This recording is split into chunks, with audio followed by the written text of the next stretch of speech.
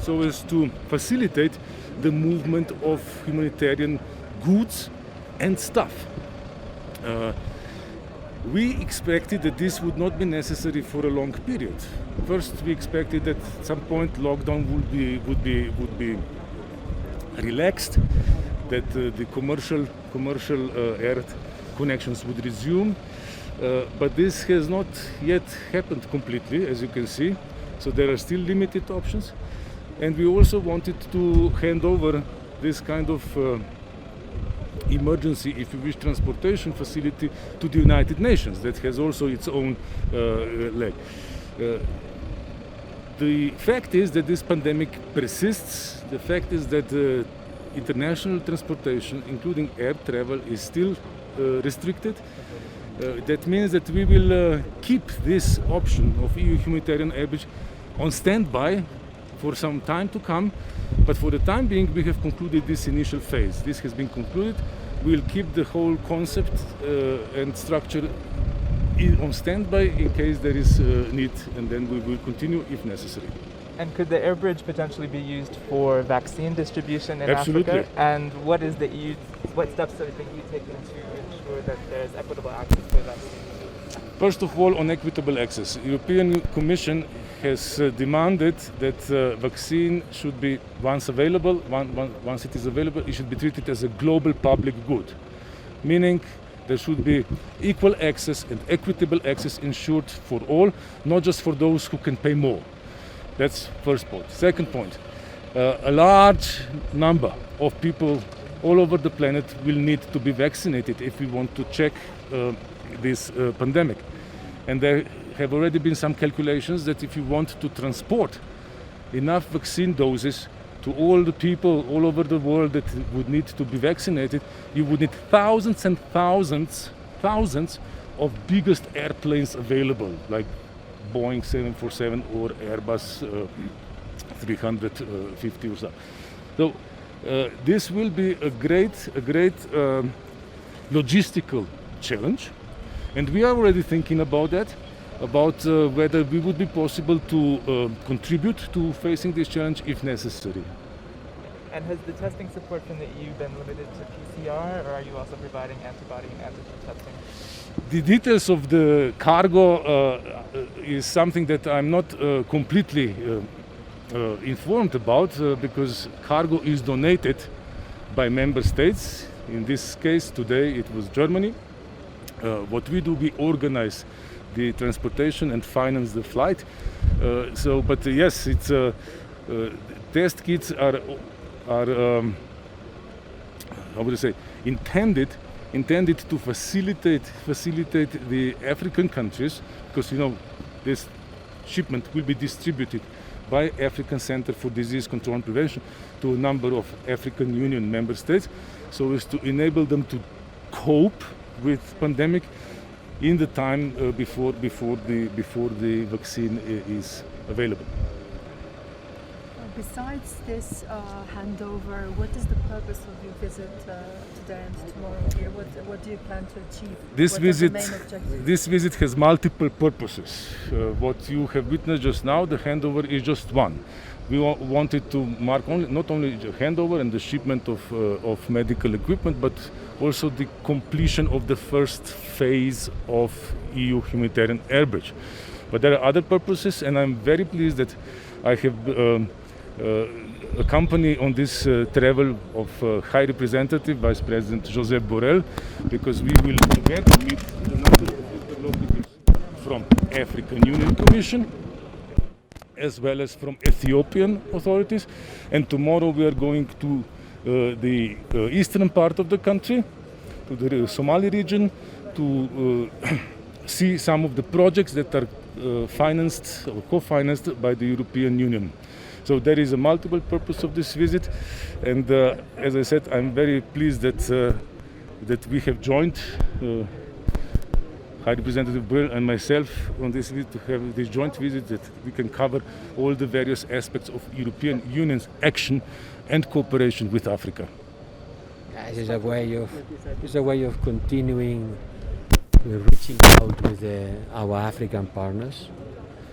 Unhappily, we have had to delay the summit, but this gives us more time to continue keeping in touch, and today with the Prime Minister, with the African Union, in order to also take into account the situation of the country.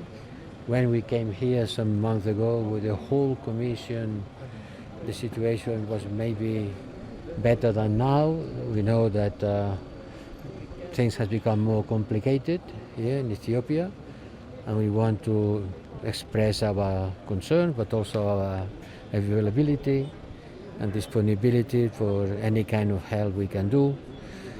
We want to be really the best partners of the African countries, and Ethiopia is a light of hope in Africa, and we have to keep that this light doesn't vanish. One of the important projects is the Grand Dam, Gerd. You will talk about that as well. How Yes, can for EU, sure. how can, because it's important for climate change mitigation and everything, how can, if EU can help, how can EU help to finish this? We are an observer. We are observer on the negotiations between Ethiopia and Egypt and Sudan. It's true that this dam is a geostrategic asset for the whole region, mainly for Ethiopia, but it has to be taken also into consideration the interest of the neighborhood countries, and also to do things in a way that everybody could have benefits.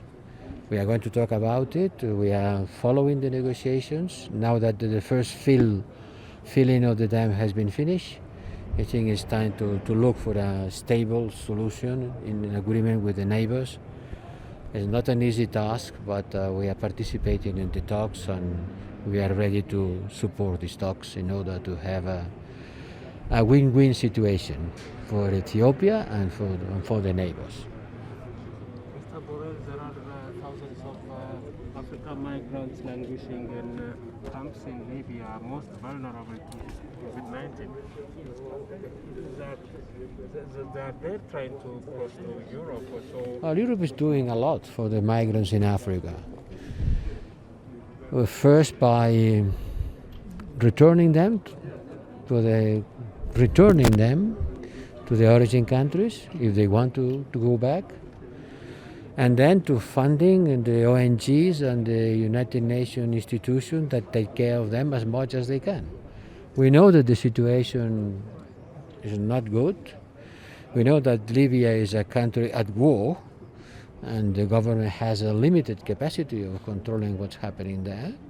We are very much concerned about the situation of the camps which are not being run by the government, by the militias, which are in touch with the smugglers and the traffickers of human beings. And we gave a lot of financial contribution to try to make their life better and to try to help them to go back home. More than 40,000 migrants were sent back to their countries of origin last year, thanks to the European Union. And we have also a new migration pact, a new migration deal in order to try to prevent illegal migration, and at the same time to facilitate regular migration. But you know, Libya is a country at war, and when a country is at war and the government is weak, these kinds of things are very difficult to fight. The EU has discussed deploying 3,000 troops to the Sahel. This was something that came up at the summit in February. I imagine Commissioner 300? Shergi will give you an update on that. What is the EU's position on a possible African Union deployment to the Sahel, and what kind of role might the EU play in coordinating that? Well, I don't think anything new to tell you. The only thing I could say is a speculation or hypothesis. First, let's try to stabilize Mali. Most important thing is to stabilize the new government in Mali. Yesterday I had a phone conversation with the new president of Mali, and I praise him and I wish the best and offer our cooperation. I think that Mali is a key piece. The Sahel will not be stable as far as Mali is not stable. I am going to go to the meeting of the 5Gs Sahelian countries on a couple of weeks and visit Mali and maybe Burkina Faso. we have to invest more on the stability, the political stability of the Sahelian area. But you know, in Mali there are 25,000 soldiers in the United Nations, plus 5,000 soldiers French, by several others. So it's not the lack of troops. There are more than 30,000 soldiers. Maybe it's more a better and more efficient use of these military capacities that is needed. Last question? If there's nothing, then I thank you all. I'll ask about Guinea and Cote d'Ivoire, potentially tense elections in October in both Guinea and in Cote d'Ivoire, with leaders seeking controversial third terms. What is the EU's position on their bids, and what kind of engagement will the EU have in the electoral processes in those countries? I don't know if we are going to send an electoral observation mission. I don't think so. No, it has not been requested. And for sure, we are following the events with strong concern, because these elections, you know, these two countries are the most stable countries in Africa. They are success stories. The ones in which the stability of the region depends a lot. So we have to try to avoid that they fall in the instability that characterizes many other African countries. No? Maybe on Sahel, just one word more on Sahel question. Because what the High Representative said is very much true. Things are not going well. And that raises question whether the approach that has been pursued is sufficient, or whether it should be adjusted. It seems that security approach alone will not be able to solve all the problems there. There are underlying issues that lead to insecurity, and they should be also tackled, the so-called root causes. And there we have a very toxic combination of negative factors at play in the Sahel region: the climate change, the violence, the pandemic now, the terrorism. And of course the entire spectrum of economic and social circumstances that contribute to this situation. So perhaps it is time to think of a more encompassing approach and not rely exclusively on security track. Thank you. Completely agree. We will not win the war if we don't win the peace. First, you have to win the peace. Without winning the peace, we will not win the war. Thank you very much. Thank you.